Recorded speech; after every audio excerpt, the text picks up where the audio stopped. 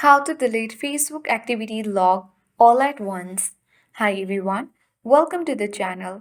This is Rose and I'm here to guide you on how to delete Facebook activity log all at once.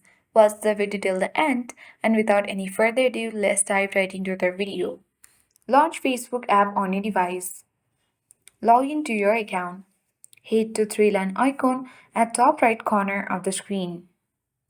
Now scroll down, tap Settings and Privacy and tap Settings. On Settings and Privacy page, scroll down and now choose the option for Activity Log under your activity. Now at top right corner, select Activity History and here you will see all your activity histories on Facebook. To delete a particular one, select three dots and tap on Like and then it will be deleted. If you wish to delete all your Facebook activity log all at once, come back. From the Settings and Privacy section, tap Account Center. Scroll down.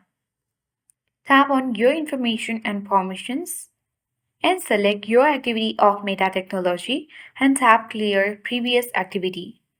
Choose your account and select Clear at top right corner of the screen and then it will clear all your previous activities and delete Facebook activity log all at once.